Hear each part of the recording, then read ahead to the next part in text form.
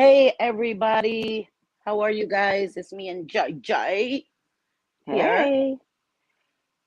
Hey, So everybody. let me do this first, and then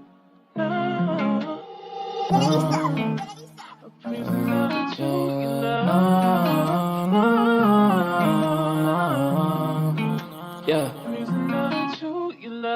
Ghost, we make him fly like a ghost. If he want talk on the game, the heater gon' turn into toast. If he pull out and we spliffed him, he was just doing a distance. Promise we ain't gon' miss him. His soul gon' fly when we lift him. Bye, good riddance. Why is this harm her feelings? To the top on a mission. I got a shot, take it with precision. You ain't up if you ain't down to get it. Fuck your bob if you ain't bobbing with us. No, no, no. Bye, bye, bye. Clock him out, he ain't gon' talk when the Glock is off. You ain't gon' talk when the Glock is off. Headshot, knock him out. Get him, bye. hey everybody. So how is everybody doing? I hope you are all well today. Hi JayJay. Hi, honey. How are you? JayJay. Oh, Doing I was good. like, is there I'm a here. delay? I'm Please don't here. tell me there's a delay. Okay. All right, cool. So let's just say hello. I gotta switch to live chat because my dumbass. Say hello to everybody really quickly. Okay, shit. Barrett, hi. I know you were tired, so thank you for being here. Even she's not here, whatever. Okay. Shit. Okay, sorry. Hey Vera, hello. Feel the love. Hey sweetie pie. JayJay, hey. So, Cindy Lou, who my favorite Cindy. Hey. J Fid, hello. Police wife life. Hey bestie. Jennifer P. Hey mama. Uh. Sorry. I think gamer guy. Hello, Miranda. Hey, mama. I think that is it. Shay. Oh, hey, Shay. Sorry, did I say hi to Shay? Damn, sorry, Shay. Hello, Patty Brunner. Hi, girl. So nice to see you, Sue Elliott. Hello, nice to see you. Azzy. Hey, girl. How are you? Meow. Hey, Vonda. Wow.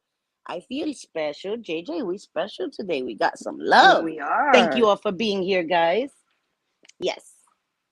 So, usually this is me and JayJay's weekly live, and I kind of messed up. I was supposed to put me and JayJay's intro, but I put my intro. Oops. So sorry. Wrong intro, but okay, whatever. I got too excited. But hello, everybody. Thank you all for being here. Anybody, I gotta, pretend to be a YouTuber. Anybody who's gonna watch on the replay, hello. This is Selfie Queen Cindy. This is JayJay, and thank you Hi. for being here. We don't have many rules. The only rule is that we remain respectful in the chat. Everybody's opinion is valid. Everybody is entitled to their opinion. I did tell my mods beforehand that there will be zero tolerance for people coming in and mentioning Roadhog and what about Roadhog this, what about Roadhog that. I cannot keep answering or being expected to answer for Roadhog, and I will not do that. Okay. I will say this once and for all: people do not like Roadhog. People have their feelings about Roadhog. I respect your feelings. In my opinion, I have seen him try to change and apologize, and that's it. Okay, but I cannot speak for Roadhog because I am not Roadhog. As I've said many times, I am not Mrs. Roadhog. She's the only one who has the right to speak for her husband. I don't have that right, and I don't understand why people expect me to do that. So I'm not gonna do that. If you ask about Roadhog in a respectful way, my mods have been told to give you a warning. But if you come in on some BS about Roadhog, we're not doing that. We're not doing that anymore. Okay, so please be respectful. I am only responsible for myself. JayJay is only responsible for herself. Okay, so please. With that being said, how are you today, JayJay? How's everything going? I'm good. I'm starting to feel a whole lot better, more like a human being again. So that's been awesome. That's good. Yeah. I see some more people. Sorry. Adele, hello. Lindsay McNeil, Mama T, PJ, what up? Everybody, hello. Thank you for being here. Yeah. So what we're gonna do today is we're gonna do an interview type thing where JJ's gonna ask me questions. Before we do that, I don't know why I have to say this again, but I'm going to say it. I don't know why I have to speak on my credentials, but I will. I am a certified HIV counselor, substance abuse counselor. I am certified in harm reduction. I have worked in harm reduction. I have completed a certain amount of hours doing outreach with harm reduction. I am very experienced, worked in this field many, many years, worked 3 years in harm reduction in a harm reduction facility, doing all of that, teaching people about lessening the risks, doing needle exchange, all of that. I also worked in a homeless shelter where I help people get transitional housing, detox, rehab, you name it, I've done it. I don't know why I feel the need that I have to keep doing that. I was even willing to show my certifications, and my friends were like, girl, you're gonna dox yourself. And even if I covered my last name, I would still have to cover my school and all these other things. It was just too much. I would have to retract way too much. And I don't have to do that. Okay. No, you don't.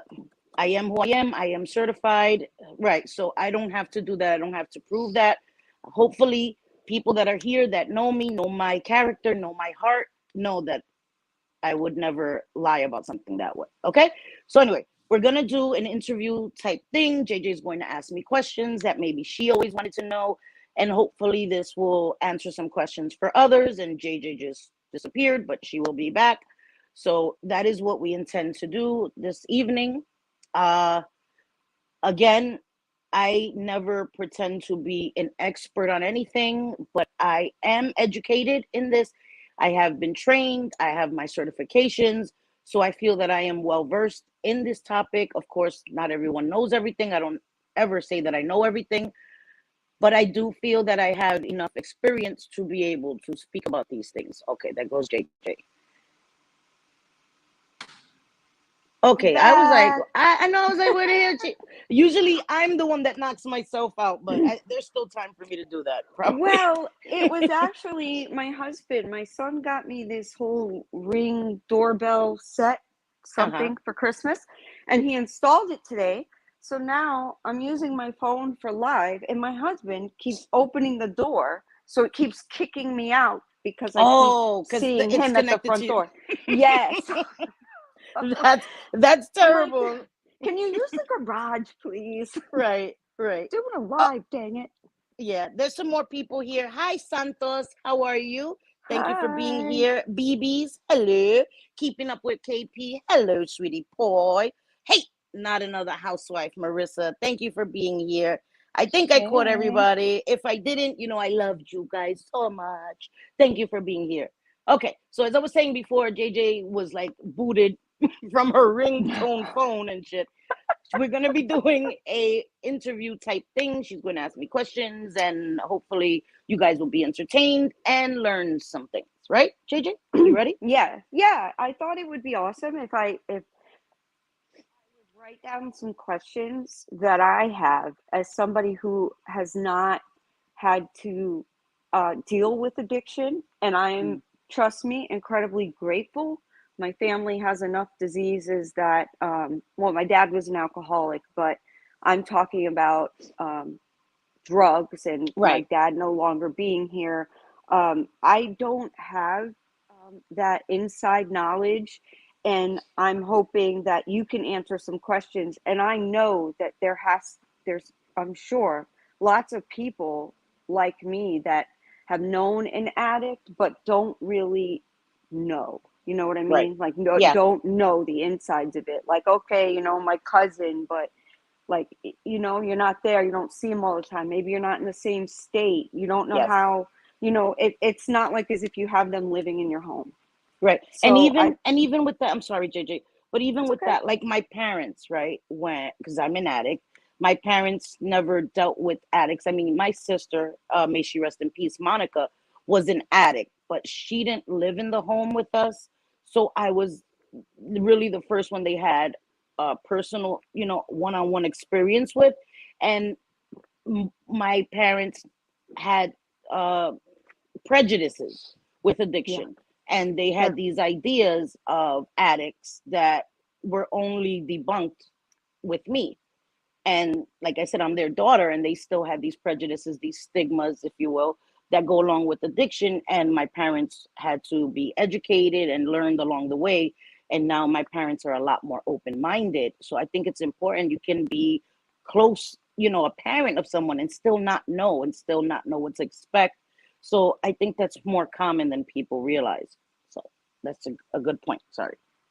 Yeah, yeah, I think so. I think that that is where a lot of the stigma comes from, is just not being educated, because people don't want to talk about it, because there Right. is shame, and I am open-minded, and I never looked at it that way, I Mm-hmm. never looked at, like, have I in my past, like, joked around, oh, you're being a crackhead or something Right. like that, Mm-hmm. yes, but Yes. in the 90s, well, in the 80s, 90s, and it's like, it's a flippant, like, almost like saying you're being dumb, or you're being, Right. um Mm-hmm. do you look at something like that when you hear that, and does it sting, or do you think, oh, they're just say, like, do you hear it in your mind as actual, like, crackhead, or do you think, No. right away they're just saying, oh, being stupid? Right. I'm an addict, and I don't shame people, but I have made comments about myself that way. When I was really, really thin, I was like, damn, oh my God, I look like I'm smoking crack. And I Yeah. think it also, not to excuse older people, but I'm older than some. And like we said, we grew up in a different time where things are a lot more sensitive now, and you have to be very careful of your wording. Where I grew up in a time of comedians that they joked on you for Oh, yeah. everything. You know what I mean? Mm-hmm. Everything. Yes. So I'm not that sensitive. I guess context is important. If we're joking and stuff, I'm not sensitive. But if you don't like me and you're calling me a crackhead, that's straight. You calling me a crackhead. You know what I mean? But like if Yeah. you're my family or my friends, and you're like, "Dad, you look nice. You look kind of like crackhead." I won't take that personally, and I think that that's why context is very important. And we have to learn sometimes to laugh at ourselves, not to laugh about our addiction, but to Right. not take ourselves so seriously. So I don't take myself that seriously. But if you are doing it, it's not a joke. We're not cool. That's a whole different thing. That's not funny to me. And not everyone may feel the same way I feel. So I try to take other people's feelings into consideration. That's why I would never make jokes with people that I don't know, that I don't know their sense of humor, because not everybody has my sense of humor, and not everybody's going to get it. And it's not appropriate all the time. So that's how All I feel. right. Well, okay. That answers that. Next question I have is, in the last stream, you and Jennifer went over some signs that someone could possibly be using, some things to look out for, some things that you may be noticing.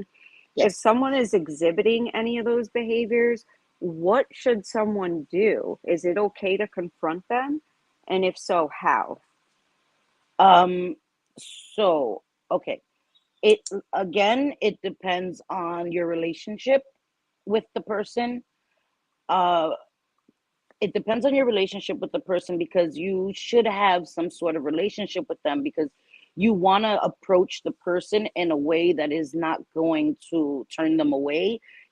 And or let's say someone may be exhibiting signs that may be considered addictive personality traits, and it may not be that. So I think it's really important, maybe before you would talk to the person, if you're close to that person, to talk to people around them that to see if they've noticed the same sort of signs before you try to approach the person. And it should always be done with respect and privately. It should Yeah. never be done on a public forum. It should never be done publicly in front of others, because no matter how good your intentions are, the embarrassment and the humiliation you will cause them can be devastating. When someone is in the grips of their addiction, you want them to seek help. And depending on how people approach them, how they're made to feel, they may forever be turned away. Feeling when you're in your addiction, you feel alone. You don't trust people, especially because you may go through things that make you not trust people. So important is being able to trust people. And you never want someone that is struggling to feel like they have no support.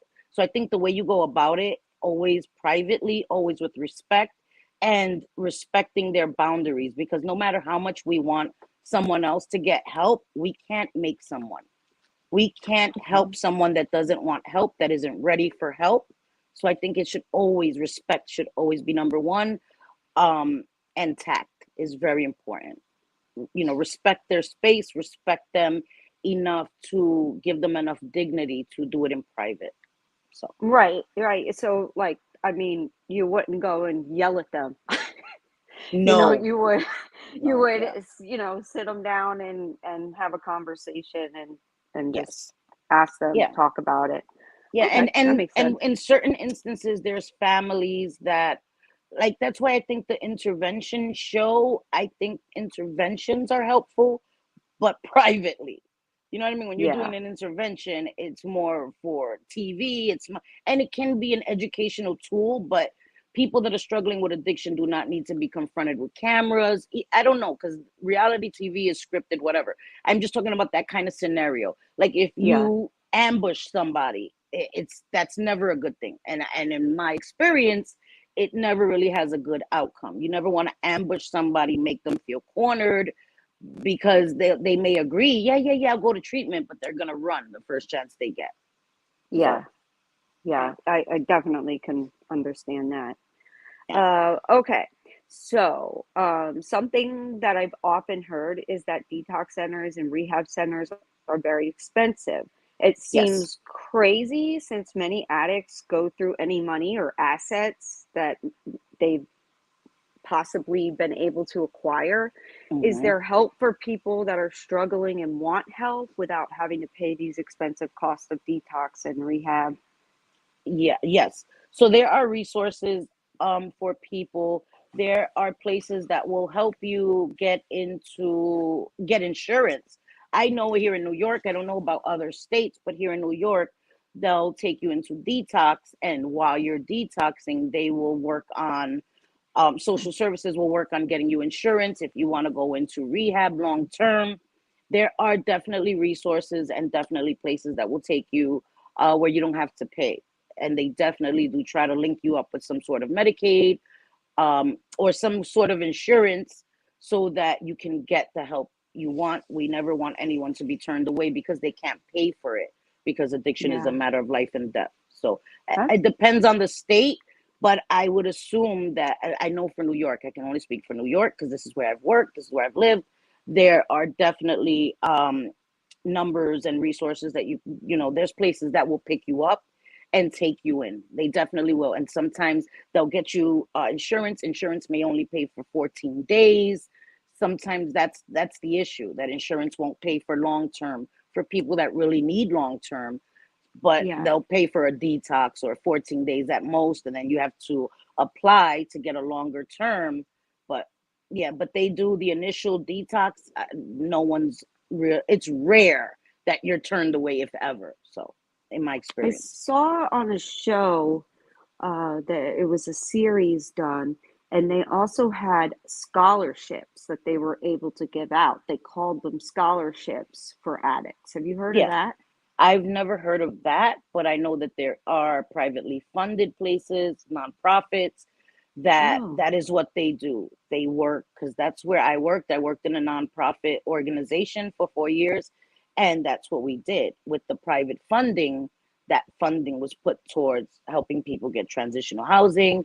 We even had a program where you worked, and my company paid 70% of the rent of anybody who was complying with our criteria. So they helped you with housing. They definitely helped you with detox, rehab, all of these sort of wow. things. Yeah. So That's definitely. great. I think Hmm. our states definitely need to put some more money into that and less Yes, other things. I It's agree. such a widespread problem. Yeah, Shay, dope sick. That's exactly what I was talking about. the show Dope Sick. It's an excellent series. I've never And it seen it. I takes, have to watch it. I've yeah, never seen it it. takes So, place in South Florida. I'm not sure if it's on Netflix or if it's on Amazon, but you can find it somewhere. okay. Definitely. If you guys haven't seen it, watch it. I'm gonna look for It's it. Yeah. extremely enlightening. Okay, Okay. so what about the families? There's got to be help for the families because, you know, like somebody that doesn't understand it, like that we were just speaking about, what do the families do? It's like, okay, my kid is in Um, rehab. What does it yeah, mean when he gets out? You right. know, Well, there are things called Al-Anon. There are support groups for family members that are not addicts themselves, but have addicts in their families so that they can better relate to, like let's say me, God forbid, one of my sons became an addict. There are groups called Al-Anon that I can join to learn more about addiction, learn how to relate to my child, learn just how to work together. You know what I mean? Because, yeah, like I said, some people just do not understand addiction. So those sort of, it's to educate and support and give the family members support where they need it, and to educate them so that they can better work together as a family and help the addict. Because if the addict has support, it helps the addict. But if the support of the addict is someone who's drained and doesn't understand it, it's going to be overwhelming to the family members. So I definitely recommend family members getting into support groups, looking into Al-Anon and certain meetings like that for family members that aren't addicts, but to understand the whole world of addiction. So yes, yes, because you can, you can look things up, but I'd imagine it's entirely different when you're immersed in it and it's your it loved is. one. Yeah. So I can definitely see how that would be important. Right. Okay, so next question. Um, and this kind of goes along the lines of that.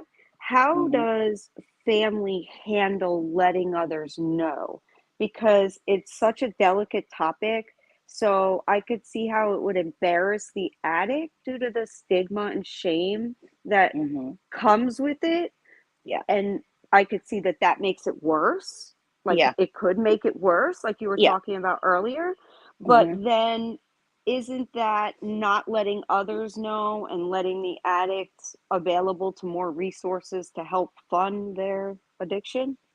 That I know is. that, Sorry, go ahead, please continue. What were you going to oh, say? I was just gonna say, I know that's complicated, but if say I had my parents, they lived 10 minutes ago. God forbid if one of my children were to suffer with it and I needed to help them and get them out of the house or rehab, or say they didn't even want the help and I was, fed up. And how do I let other people know, please don't give them money. Please don't let them have access to the things in your home. How would a person go about letting others know? I think that that is very individual and very personal, because there are some family members who are in denial and some family members that are ashamed, right? And I Oh, think okay. that this there's there's a difference, right, between having internal shame, like an addict having shame of, of their addiction, and an addict, like let's say in recovery, not wanting to share that they're in recovery because they know the way public perception is and the stigma surrounding addiction and how they'll be treated. And I have personal stories where I went to a hospital, sorry, excuse me, and no one knew I was a recovering addict. I went for my migraines because I was having really bad migraines. And I went to the emergency room to a hospital that wasn't familiar with me. And when I first went in, I was terrified to tell them that I was in recovery. And they were very nice to me. And then when they had asked me, I felt that it was important.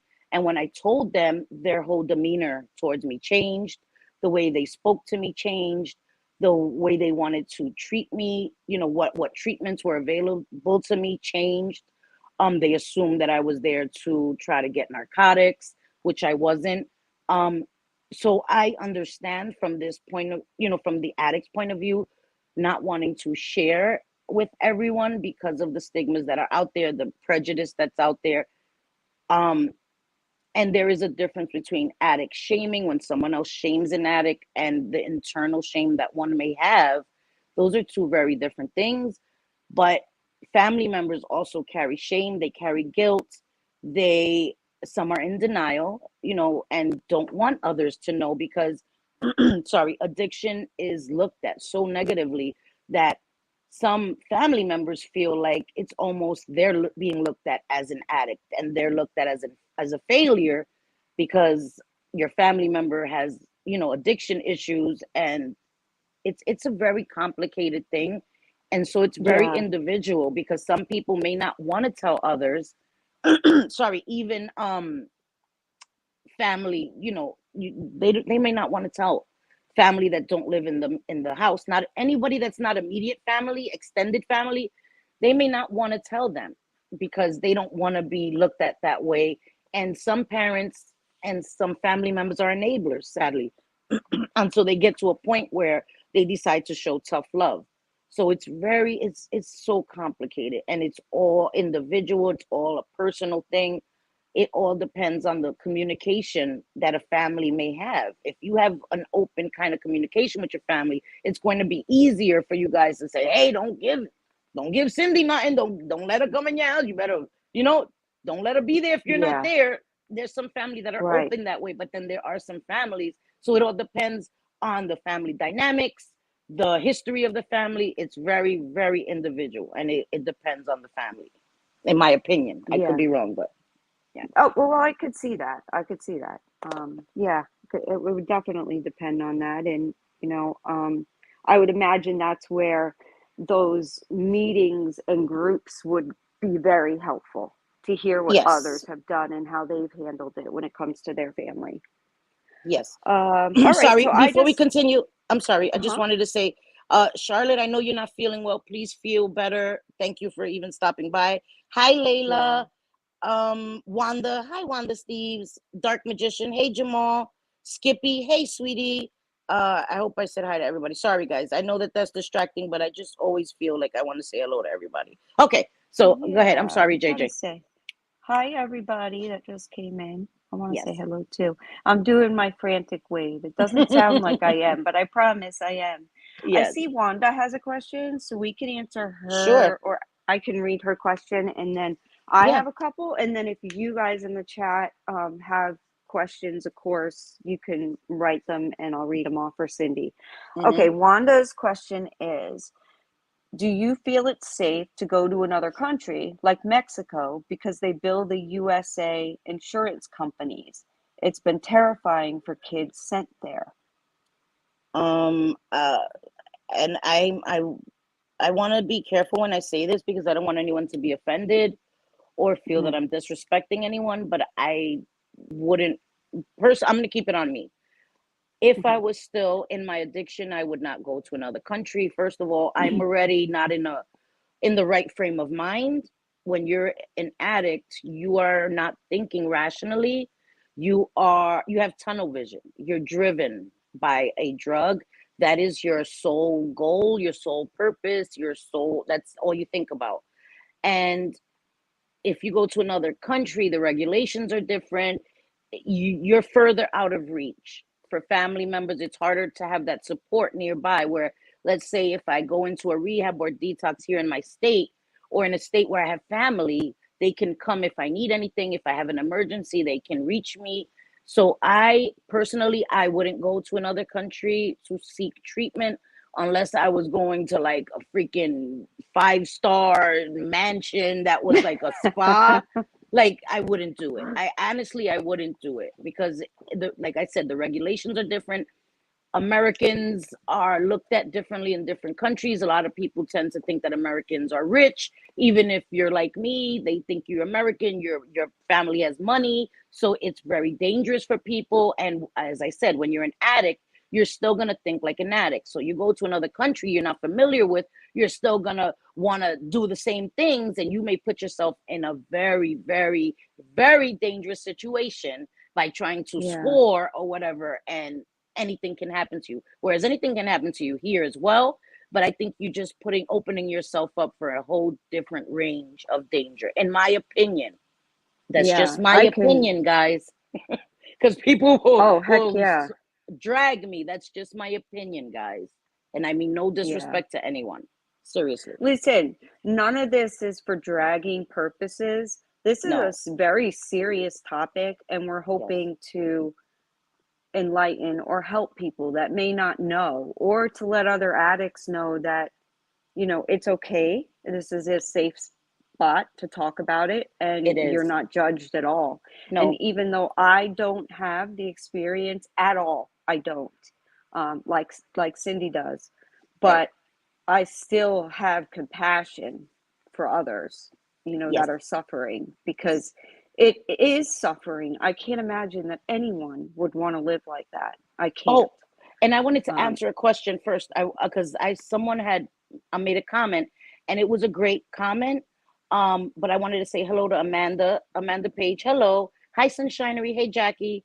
Um, so someone left me a comment, and they said that they agreed with everything me and Jennifer had stated. They were so grateful, but they were a little confused with addiction being called a disease, because drug use is a choice, where oh a boy. disease is something that isn't a choice. You don't get a choice whether you're born with a disease.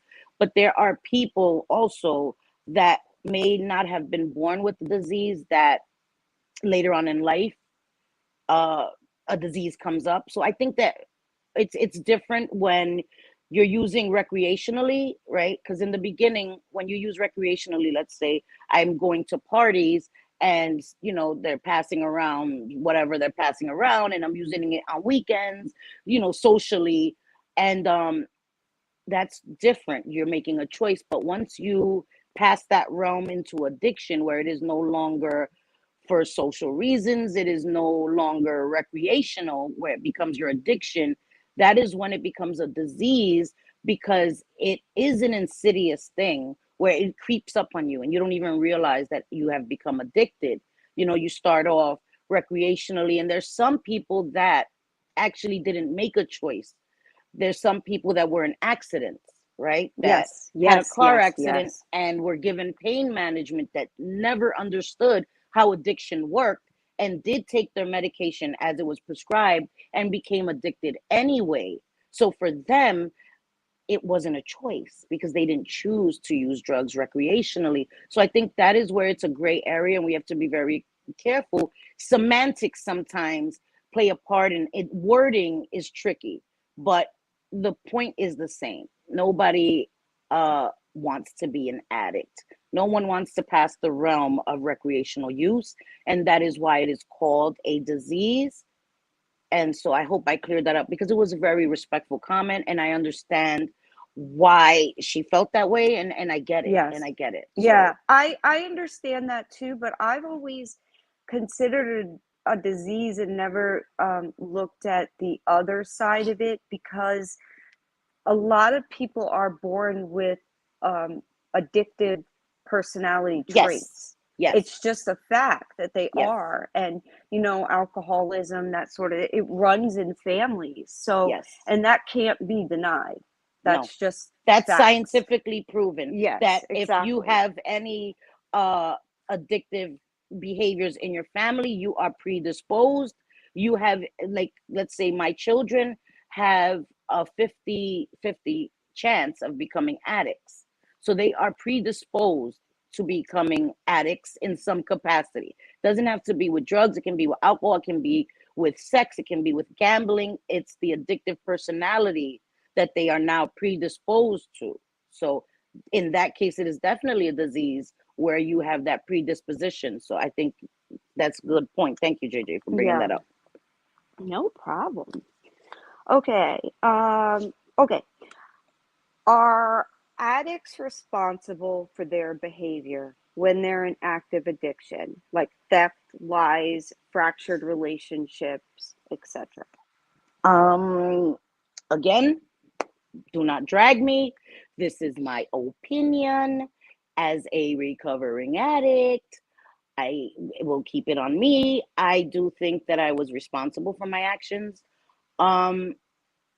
Legally, society says I'm responsible, even though I may have been out of my mind. That's a tricky one as well, because Yeah. I do know people that, like, let's say with Xanax, some people black out and have no recollection of what they've done. This is how many people that I know have fallen into the train tracks and awakened in the hospital after having been put into a medical coma because they lost a limb.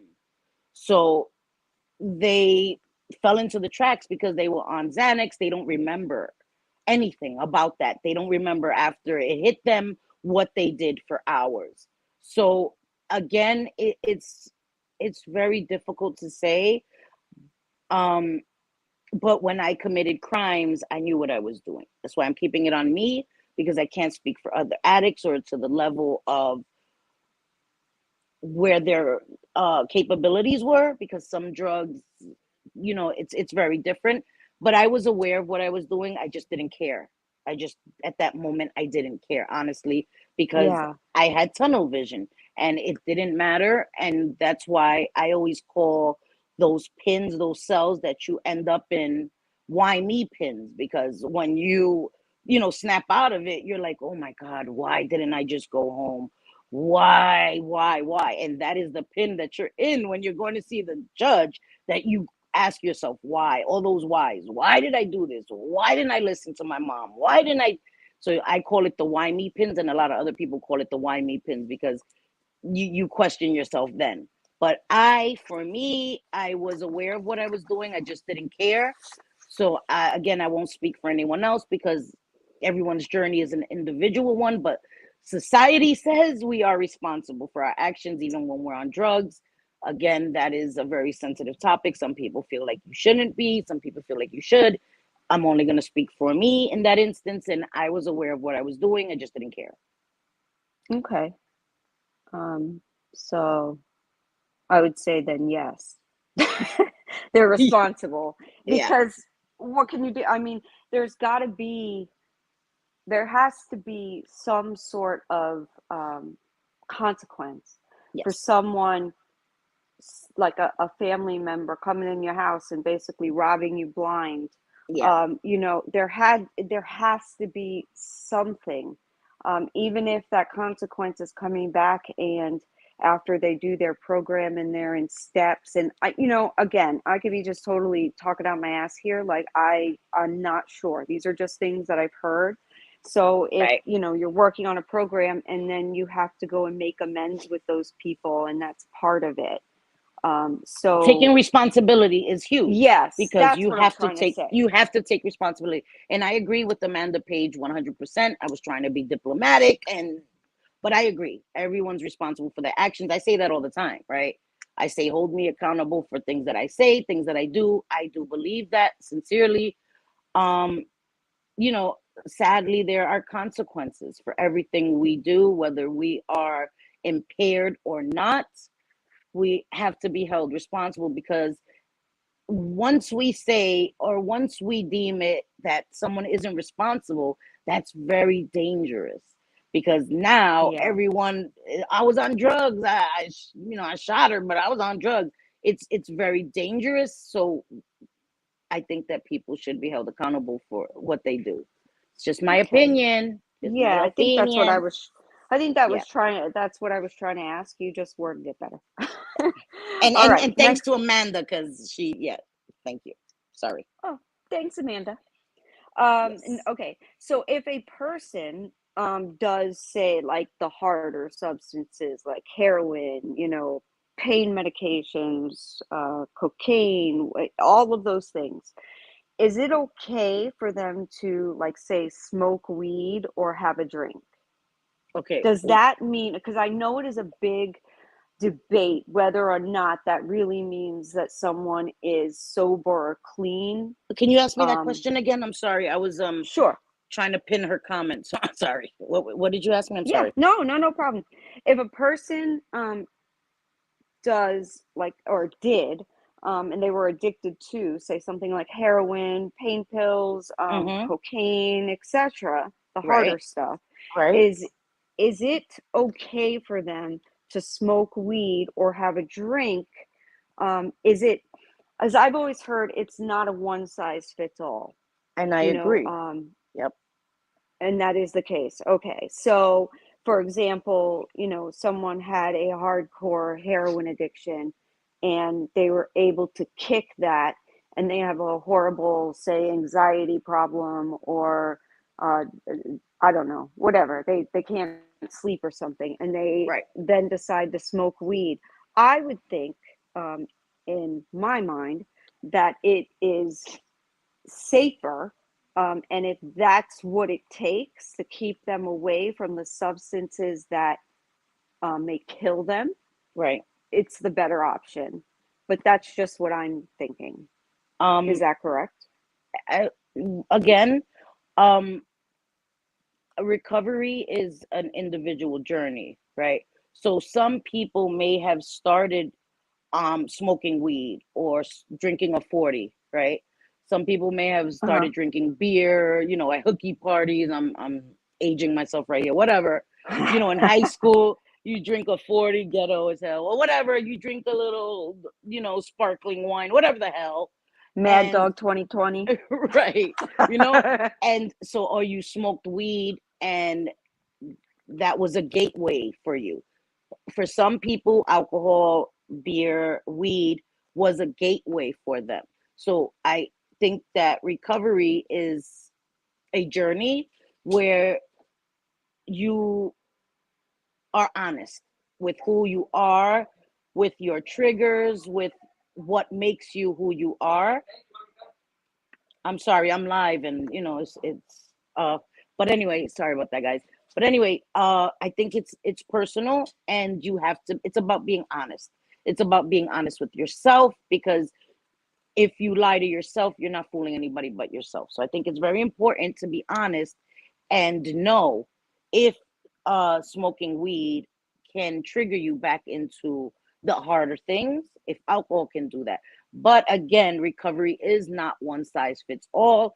And I would never tell someone else that is in recovery that they can't smoke some weed if they want, they can't have a drink if they want. I am never one to tell anyone that, because it's about being honest with yourself. Recovery is that you're getting to know who you are. You've learned coping skills. You've learned these tools to live life without drugs, that you no longer need drugs. And you keep upfront with you that the possibility of relapsing is always there. But as long as you work the steps or do what's working for you, you will keep on your road to recovery.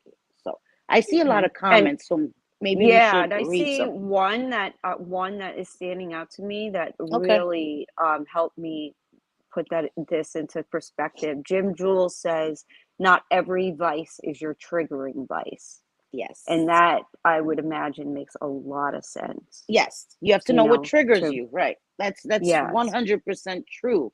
And that's why it's so important to be honest with yourself, because my vice right now is my cigarettes. I smoke cigarettes. I'll have a drink, like I had a drink on my birthday. I had one drink. It's right. Every vice isn't a triggering vice, but you have to know your triggers, because for some people, money is a trigger. When some people start in recovery, they cannot physically have any money in their hands, because having money in their hands triggers them to want to relapse, and it puts them in oh what we wow, call the fuckets. The fuckets is when you're mentally in relapse mode. Before you relapse physically, you mentally relapse. You get the fuckets, and it's where you're already preparing yourself to use again. So oh a wow, lot of people, their trigger was money, so you have to be aware of your triggers. Yeah, so I think that's a yeah, good point. wow. I wouldn't even think money. Wow, that's Oh yeah, crazy. money's a big one for a lot of people. Yeah.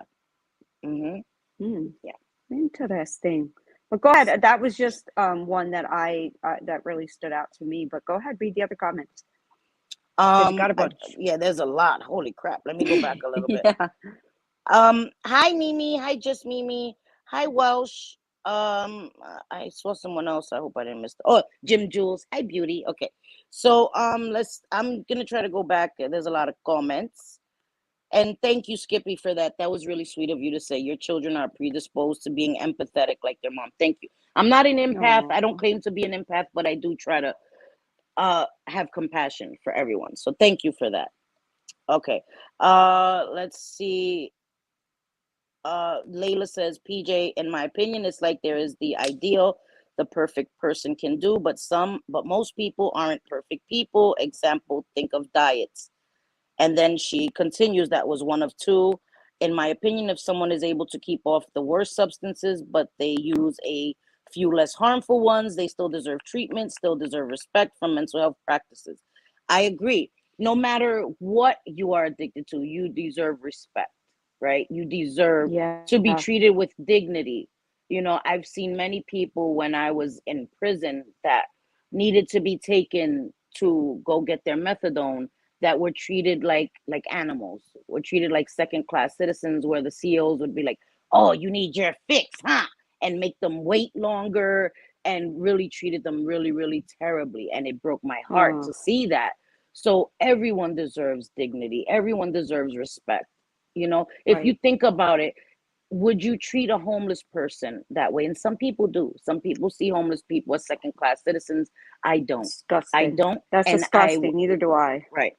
So when you think of it that way, you know, everyone deserves respect. Everyone deserves to be treated with dignity, because it may be that one person that treats someone caught in their grips of their addiction with some compassion, some love, some integrity, that may help them and motivate them to seek help.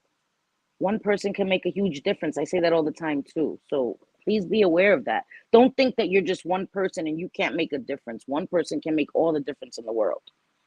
Okay. So let's see. PJ said, Miranda, that's good to know. I don't know what Miranda said. Damn it. Okay, here we go. Uh it depends. Oh shit. See, I gotta go all the way back. Listen, Linda. Listen, Linda. Listen. I'm just gonna read them as they go. If I missed a piece, I missed a piece. Okay. I'm gonna try to get Miranda's first part. Gosh damn it.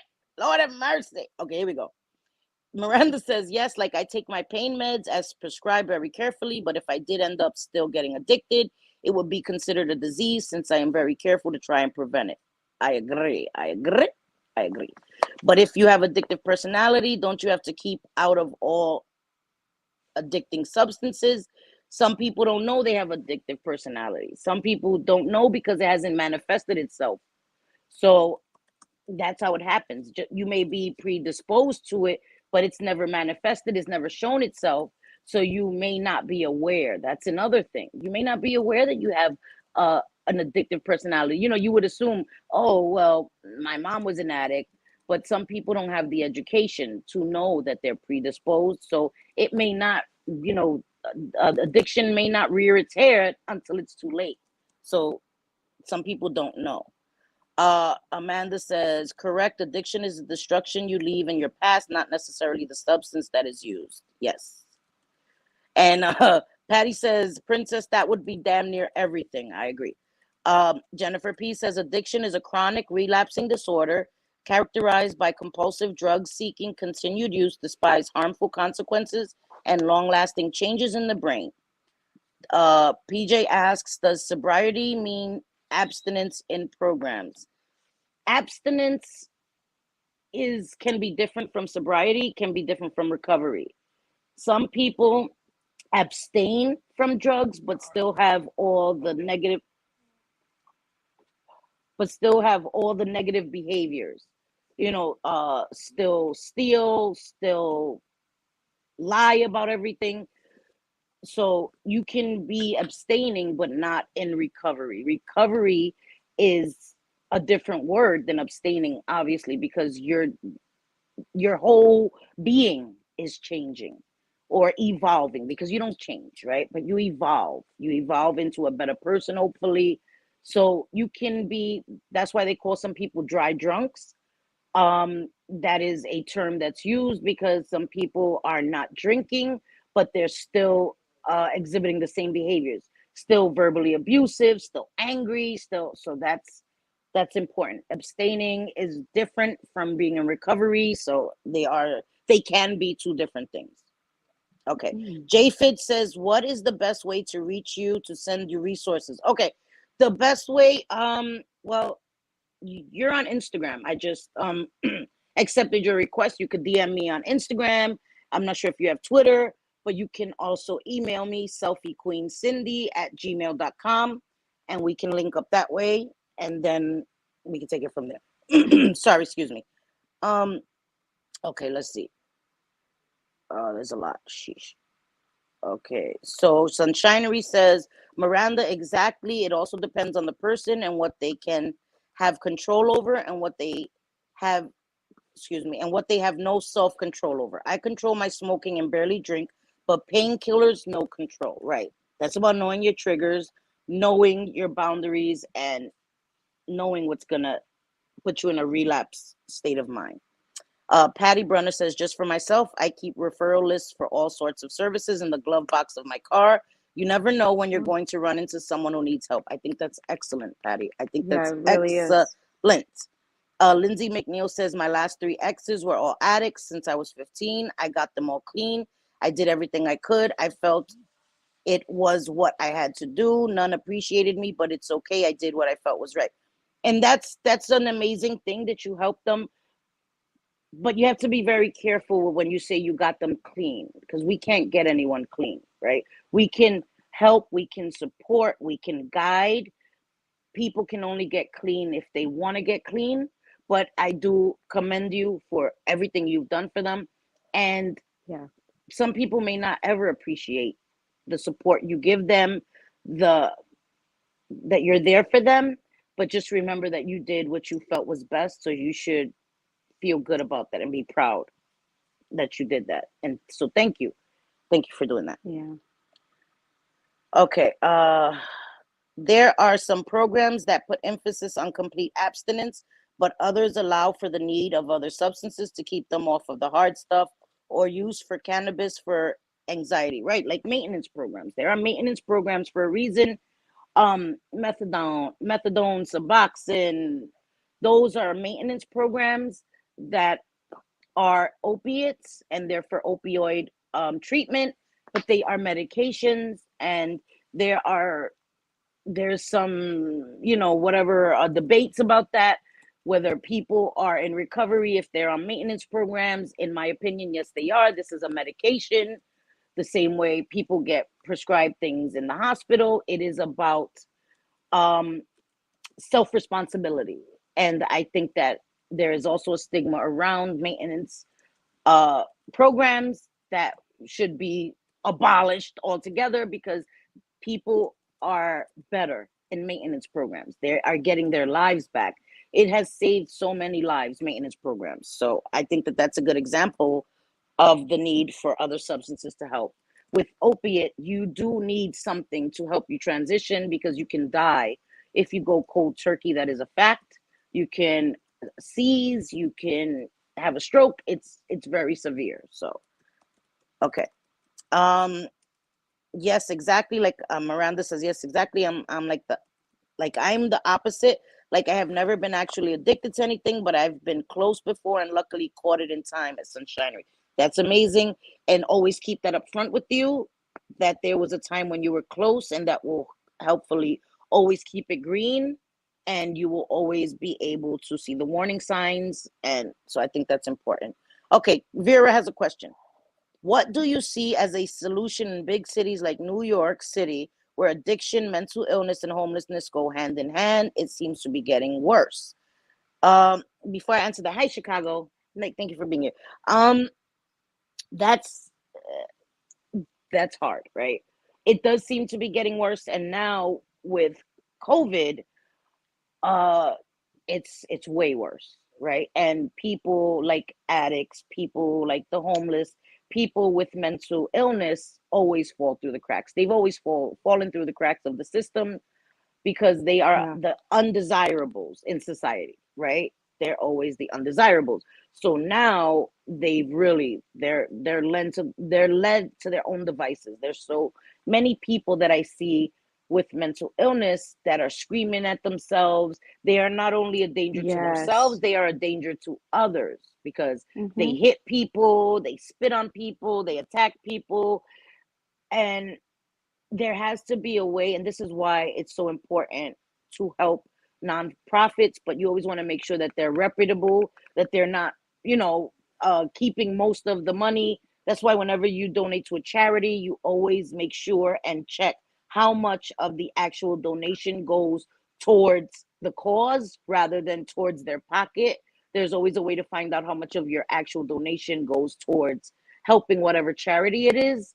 Um, and I think that helping non for profits that are sincerely helping Micah patients are people with mental illness, with addiction. Those are places that need more funding, that need more workers, that need more volunteers. I think with that is the way that we can use our voices to try to help, because the problem has gotten much worse. And people tend to forget about them. They're the invisible people, and I feel bad because so many homeless people feel invisible. And Yeah.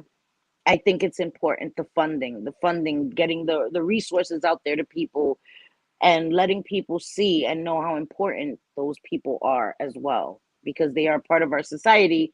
And if you don't help them, then they're a danger to everyone. People. Not only, Go ahead. I'm oops, sorry. sorry, go ahead. No, no. I No, just no, wanted to I say interrupt. no, I just wanted to say, I think that states or cities put more money into prisons than they do treatment centers, and they put more money into incarcerating instead of rehabilitating. And I think that because that's where the money is, they build more jails every year because more people are in jail, they make more money that way. But as a society, we have to work together. So, Yeah.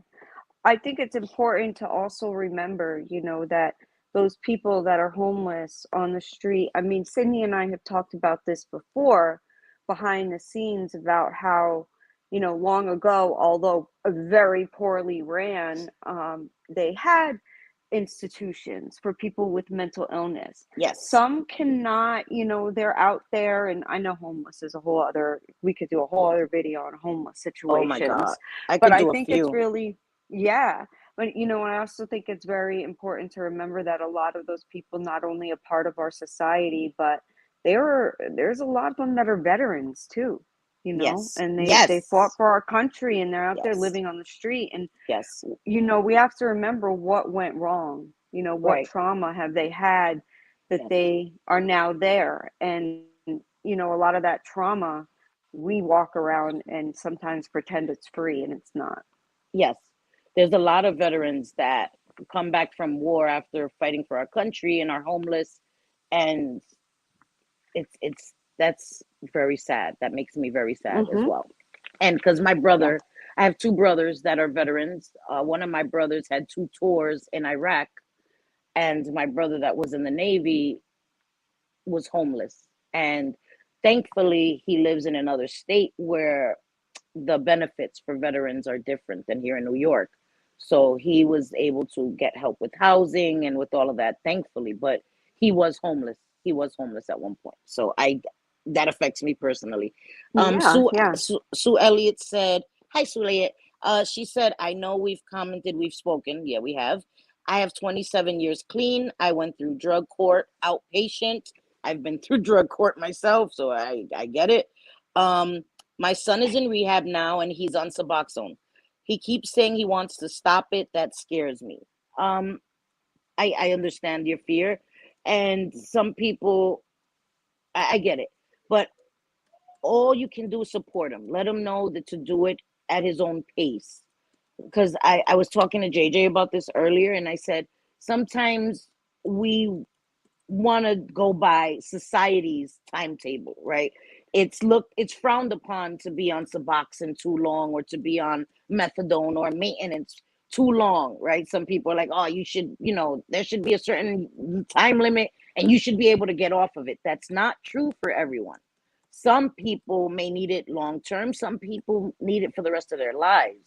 So I think it's very important to have that conversation with your son and let him know he has nothing to be ashamed of.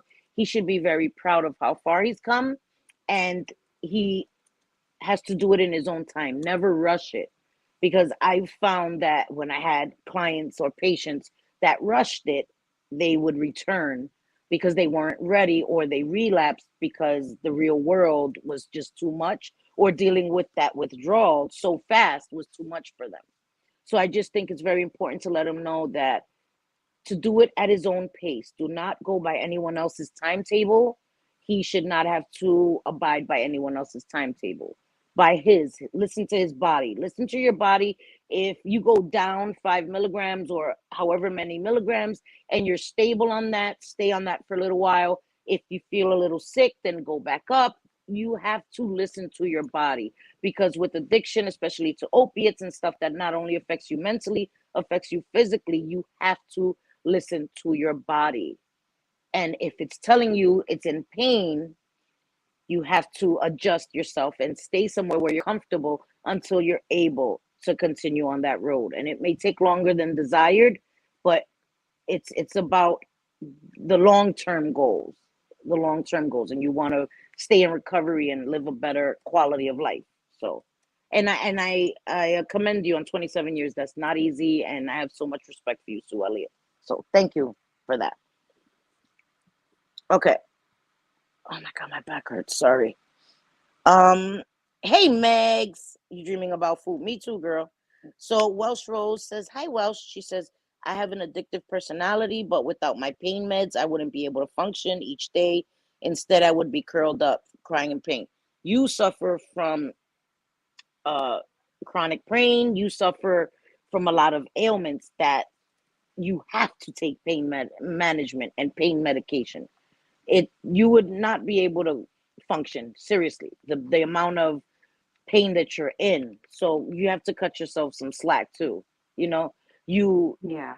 are doing the best you can. You're a mom, you're a wife, you're on YouTube making videos, you do a lot. So cut yourself some slack and be proud of the strides that you've made, and that you're not out there using drugs and just lost. We have to cut ourselves some slack sometimes. Again, we cannot define ourselves by what someone else's rules are, or what someone else feels is adequate. No, F that. F that, for real. You cannot live by that rule, because we will always fall short. None of us are perfect. Perfection is an illusion. And yeah, so fuck that, Welsh. Okay? Nobody else can. I'm sorry. You're good, mama. Trust me. No, because you try to live up to expectations of other people, and it's impossible. People will always have these unrealistic expectations for us, and it's unfair, and it's just bogus. Cut yourself some slack, seriously. So Vera says, having a close family member as an alcoholic, this is so true. Thank you. Yes. Okay, let me make sure I didn't miss anything else. I don't know what that is, Sunshinery. The Views vape has really helped me. I'm down to 2.4 nicotine, and can go days without smoking a cig, but technically I'm still getting my nicotine intake by the vape. The car is a trigger to want a cigarette. Oh, me, the morning, my coffee's a trigger, the bathroom's a trigger. I still smoke cigarettes. And listen, Linda, I'm not quitting no time soon. I've wanted to quit, but I've been afraid to vape. And with me, it's the habit of having a cigarette in my hand. So I've even tried those inhalers to have something physically in my hand. It doesn't feel like the same thing. So I've tried the patches. I don't know. I just have to set my mind to it and do it. But, yeah. Lindsay says, I have a very rare genetic bone disease, and I'm going to have to be on pain meds for the rest of my life. I can't find a doctor that doesn't look at me like an addict. What should I do? Oh. Look your doctor right in the face and tell him, fuck you. No, I'm just kidding. Don't do that. Just listen. I've dealt with that. Don't do that. Don't do that. Don't do that, Lindsay. Don't do that. Because then your doctor kick you the fuck out of his office. It's about finding the acceptance within yourself. It really is. Because once you become good with you, you'll take it in stride. you know, it is what it is, right? And this is why I do this. This is why JJ's here. This is why we're here, to try to educate people so that people can pass the word to others, so that people that don't know any better, because there are people that just don't know any better, that are just ignorant, right? There are some people that know better and don't want to learn, but then there are people that are truly ignorant and don't know any better. And those are the people you want to educate, because then the word spreads and we help lessen the stigmas. Some doctors, even though they have all this education, have no personal experience with addiction. So again, they have their own preconceived notions, they have their own prejudices when it comes to addiction. And they just assume that, in, you know, if you're on medication, you're an addict, this is you. They put all of us in a box. So I think it's really just important for you to gain self-acceptance and understand that you have a rare genetic bone disease, that you are in excruciating pain every day. This is a necessity for you. It's essential for you to be able to live life and get out of bed, or, you know what I mean? So you have to accept yourself, because once you accept yourself and realize that it is what it is and that you deserve for doctors to speak to you with respect, your whole attitude will change. And it's the way your attitude shines outwardly that kind of helps people treat you different. And for the people that don't treat you different, fuck them. See your doctor for as many minutes as you have to see him, and you never, you know what I mean? You don't have to deal with that motherfucker outside of the office.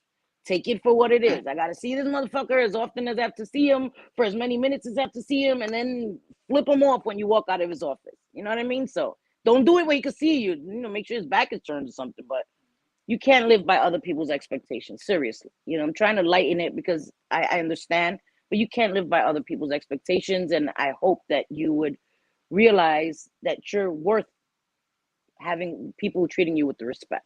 We're all worth Yes, people treating us with respect. So, it's an excellent point. yes. Okay. You have some other questions? Because, oh my God, my back is hurting. I don't know what the hell.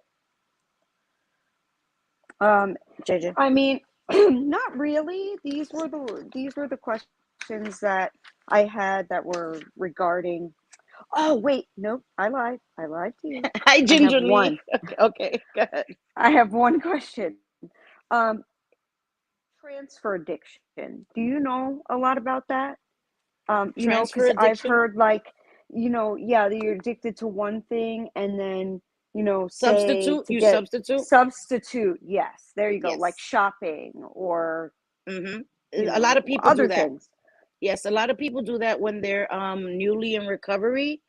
A lot of people do substitute one thing for another. Where, uh, okay, so when I first got clean, I did substitute drugs for shopping. Yeah, I became into, you know, all this other stuff, buying all this other stuff because to fill that void.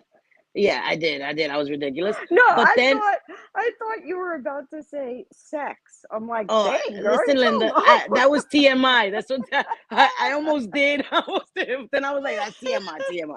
Well, yeah, damn, you know me too well, girl. That's Do not good. it. That's not good. But yes, You're like, shopping. yeah, exactly. You heard me, right?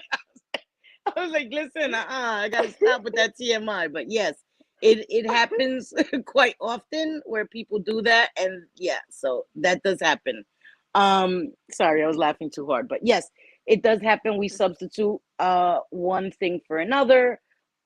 The most common is usually sex or what the sorry, okay. The most common is usually sex or shopping. Uh, Especially now that shopping has become so easy, you could just do it from home. That's where Yeah. it's gotten a lot worse for people, where they substitute a lot more with shopping. They do. And as I said, anything that you do in excess can be bad for you. People have gone into extreme debt from shopping. You Food. know, Food is one food. too, isn't it?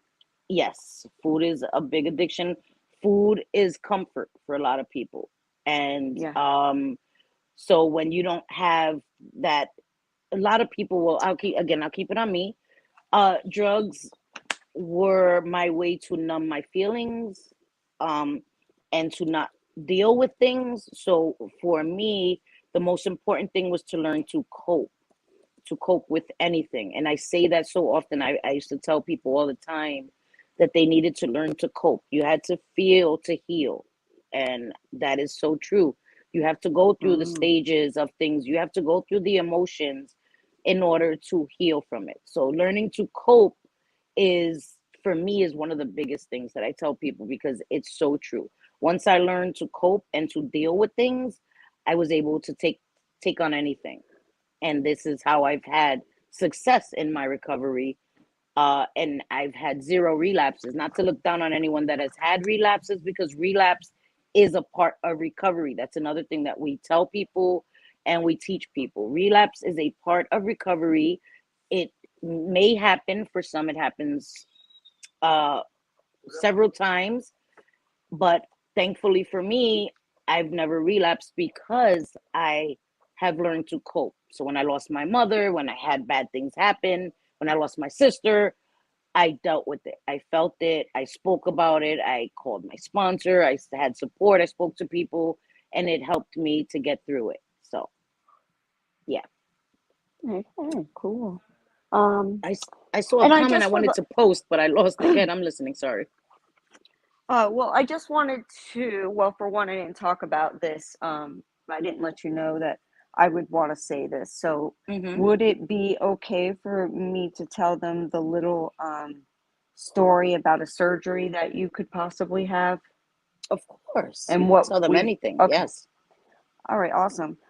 Just the other day, Cindy and I were talking, and one of the other girls, and she was saying how her doctor wanted to have her to have surgery, and me and our friend both said that we had the same surgery, and then how awfully painful it was.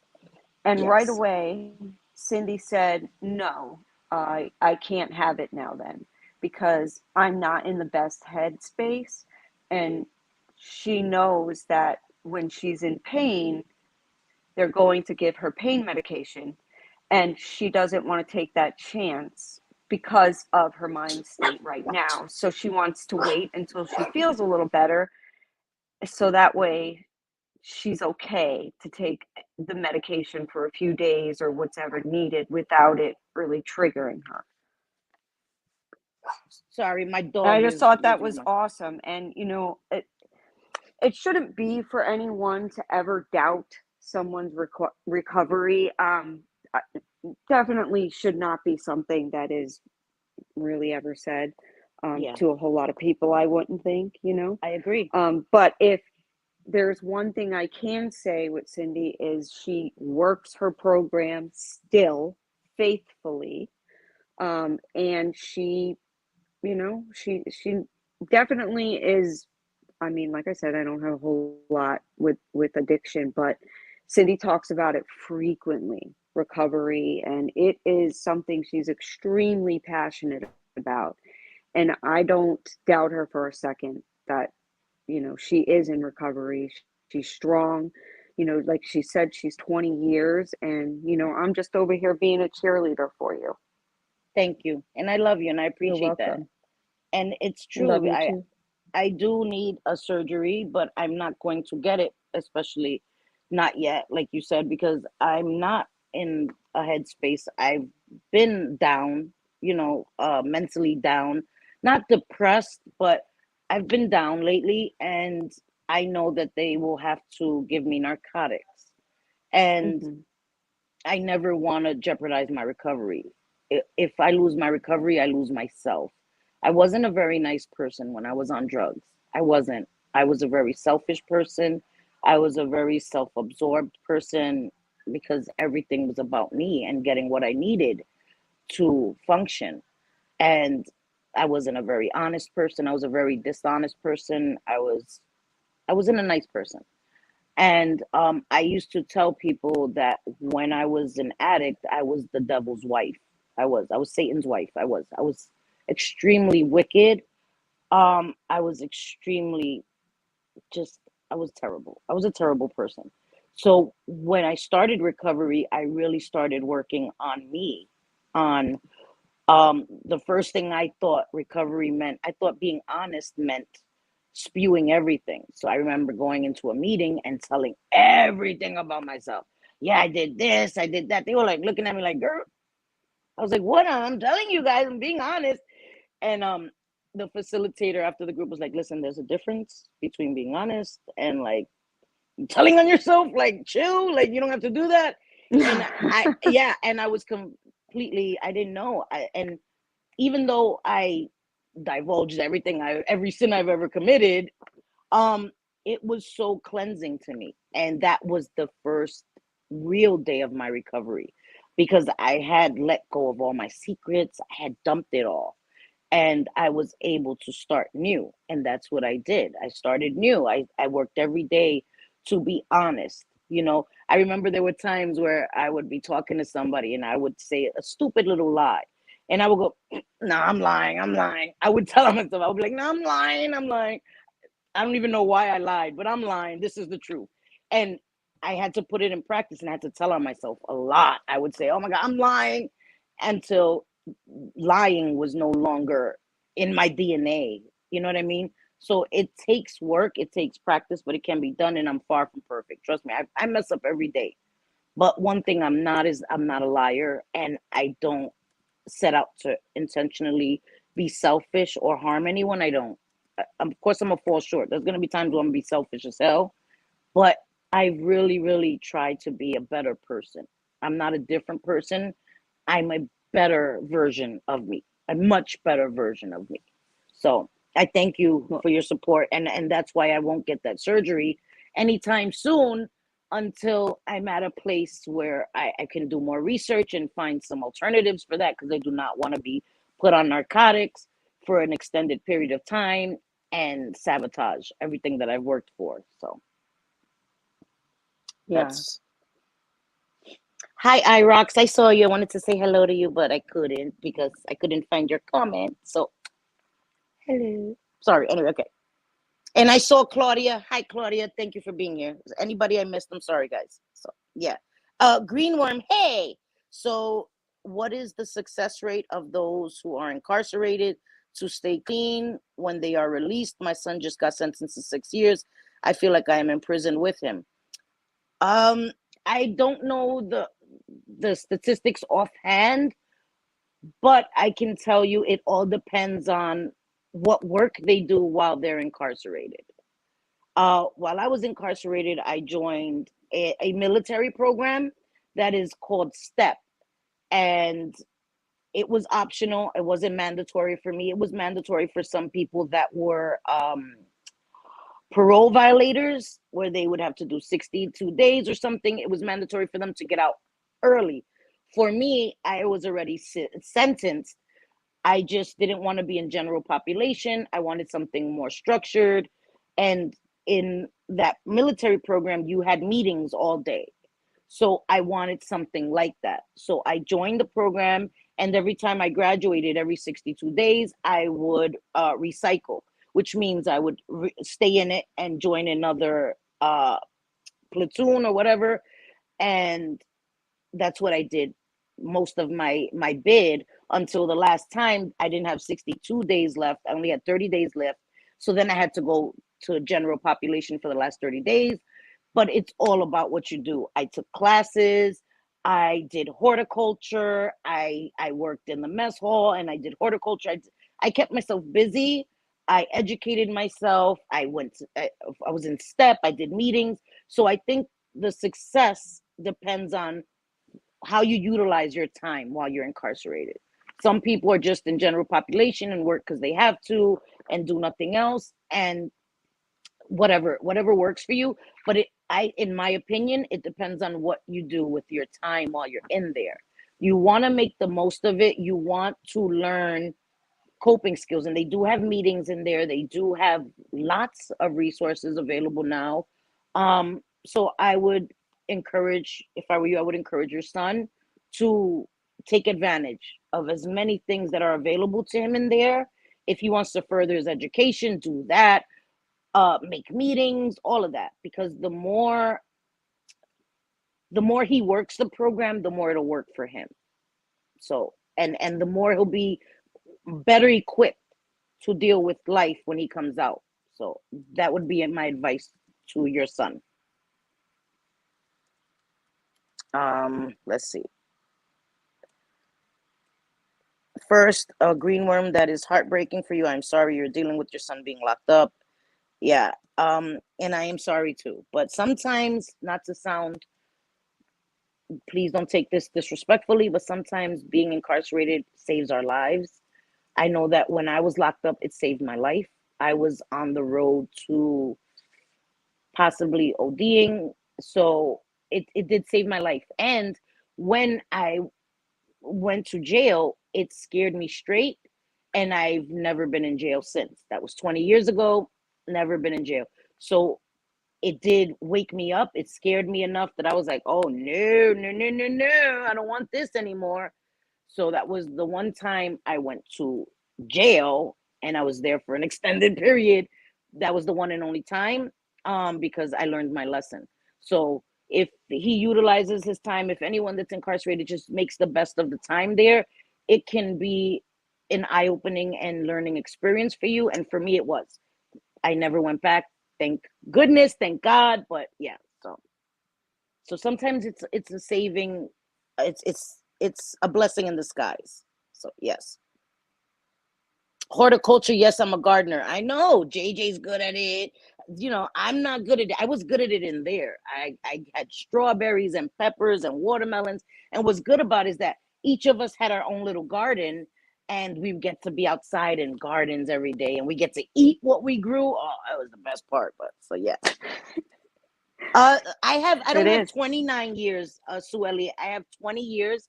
February 28th will be 21 years. So thank you. But I don't have 29. I have 20. In 2 months, I'll have 21 years. So I'm looking forward to that. So, but thank you, Sule. And no, it's cool. Oh, okay. And congratulations on 27 years. That's an amazing thing. Don't let anyone, even if you have 1 day clean, 10 days clean, 1 hour clean, congratulations. That is the beginning of gaining your life back. I will never allow anyone to say, so what, 10 years, so what, so what? It's a miracle to make 1 day. So 27 years is a whole new lifetime. 20 years, you know what I mean? That's like half of my life. So I will never let anyone take that from me. And anyone who has any amount of recovery, be so proud of yourselves. That's not a small thing. Never allow anyone to take that away from you. So, okay. Thank you, Miranda. I was about to say that's over a year longer than I've been alive. Damn it! Suck it. Too young. Make me feel old as hell. Skippy says I'm right here in the Catskills. Plenty of space for you to. Oh, I'm coming, Skippy. I'm coming. You messed up now. Oh, what? I would love the space. I live in. Listen, there's only concrete in my backyard. Ain't growing nothing back there. But yeah. So damn.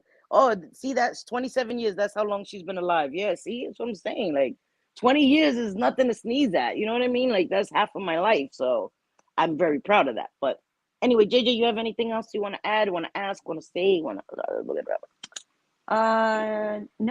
No. I think that I've asked everything, for this live. Yes. And then there'll definitely be very more serious topics like one stream on homelessness, yes. or questions regarding that, because I know that you have experience in that realm as well. I worked 4 years. Substances. I worked 4 years in a homeless shelter with homeless people. So I saw homeless people that had mental illness, had addiction. A lot of times it goes hand in hand, because when you have an addiction, you lose your housing, you lose everything. So a lot of it goes hand in hand. I also do want to have a stream where I speak about HIV, hepatitis C, how to adhere to medication, what resistance is, and that people with HIV are living regular lives now thanks to the advancements in medication that are giving people a normal life. My sister sadly didn't live to see those advancements or take advantage of those advancements. My sister passed away due to complications of AIDS because she wasn't adhering to her medication. So that's why I take that very seriously, and I try to educate people to adhere to your medication. If you adhere to your medication, you will become undetectable and you can live a normal life. So we will be doing a stream on that. Also about homelessness, I'm trying to learn how to share my screen because I wanted to take pictures and videos of the homeless problem in my city. On 34th Street, there is actually a man that sits in the station and shoots up right in the station. I do have pictures, and he was okay with me, doing that. And he was shooting up right in the station. So a lot of these issues cross over into other areas. So I think it's so important to educate people about homelessness as well. These are problems that we face, and especially with COVID and with the cases rising again, some of us may go back into lockdown. And what happens to those people that are in the street? What happens to those people that do not have a place, that are not able to access medication, that have mental illness? They are forgotten. So I think that's so important as well. Does anyone in my chat have any pressing questions you want to ask before we end the stream? Thank you, Miranda. Thank you for being here. Thank you. I'll always be open and honest. I have no shame in my past because I've grown from it. So I'm very proud of my progress, of my growth, and I'm very proud of any progress anybody has in recovery. So I will always share my journey. I'm always open about my past, about, I'm a felon, I'm a recovering addict, because there's nothing to be ashamed of, okay? Not for me, anyway. So I will always be honest about that. That's your past, and yes. I love you for you now. The Yes. person that you are now, and that's all that matters. Thank you. And Claudia, I don't know if I said hello to you. Hello, beautiful. Thank you for being here, and thank you for that. Thank you. She said, so proud of all of you who are managing your recovery. I really, really mean that. Thank you, Claudia. I appreciate you so much. So thank you guys for being here. This stream was an honor to do. There's no need to thank us. It's an honor to come here and be able to share my experience, strength, and hope with you guys. And JayJay, is always a pleasure to have my manita. We do this once a week. Next week will be on her channel. Next Thursday will be on her channel. And we'll have another topic, hopefully, to keep you entertained. And we want to entertain you, but educate you at the same time. And so it's a privilege. No need to thank us. We thank you for being here. Seriously, thank you for being here. Thank you for continuing to support us in light of everything. We truly appreciate it. I'm so grateful for all of you guys. So thank you all for being here. Yes, and I agree, Jim Jules. Without your past, you wouldn't be the present you are in the present. Thank you, Jim Jules. You too. I love you guys. You guys are amazing. Yes. Yeah. So thank you all. Yes.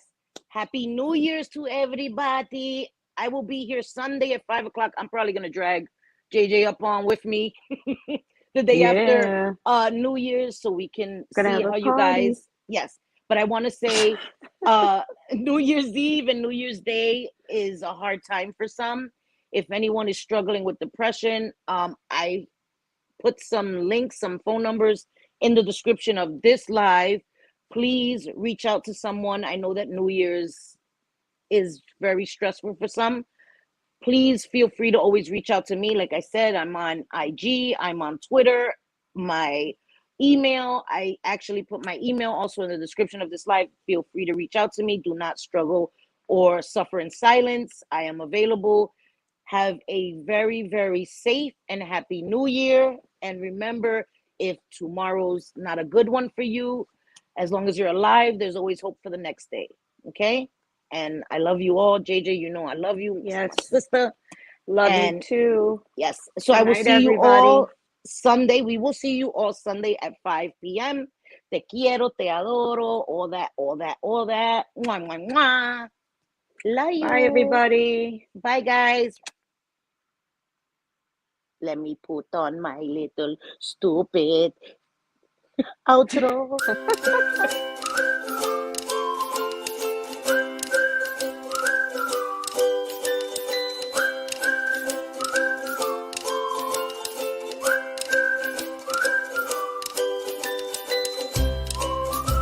Roadhog.